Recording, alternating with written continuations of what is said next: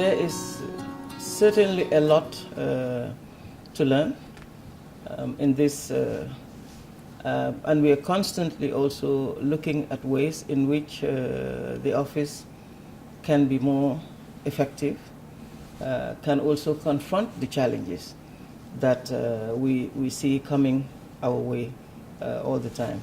And for this reason, for me, the efficiency of the office can also come from the lessons that we've learned in the past. For instance, there is the strategic plan of 2016 to 2018, in which we are trying to do a few things differently because of the lessons we've learned.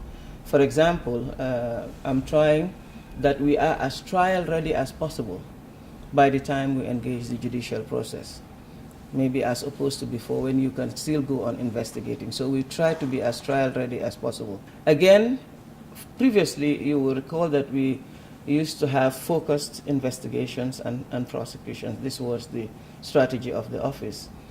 You can say perhaps it's because due to the circumstances then that existed.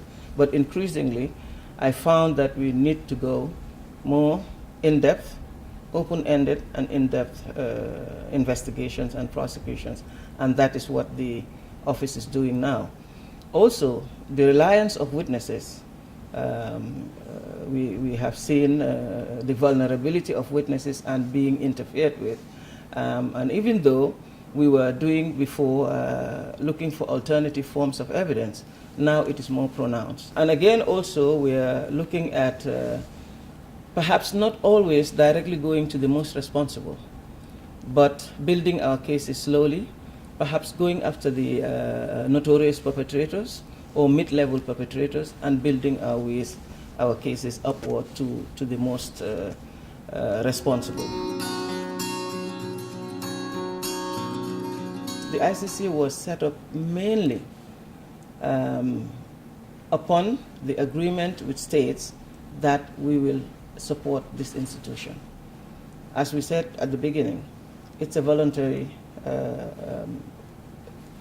it's a court, it's treaty-based, and states voluntarily entered into it and ratified the Rome Statute and became part of the ICC with the obligation that, and it's a treaty obligation, that they will support the work of the court, they will cooperate with the court, and they will execute the decisions that the court takes. These are the obligations that states have undertaken.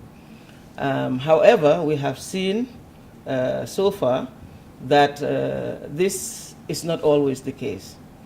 We have seen political interests being stacked up against the ICC treaty obligations, with the result that, for example, when President Bashir is found on a territory of a state party, the obligation is to arrest and surrender to the ICC.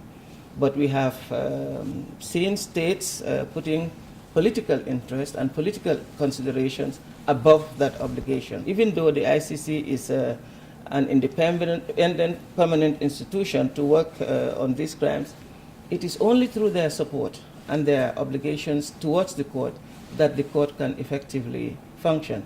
It is the court of the states parties. They established the court, and they should continue to support the court.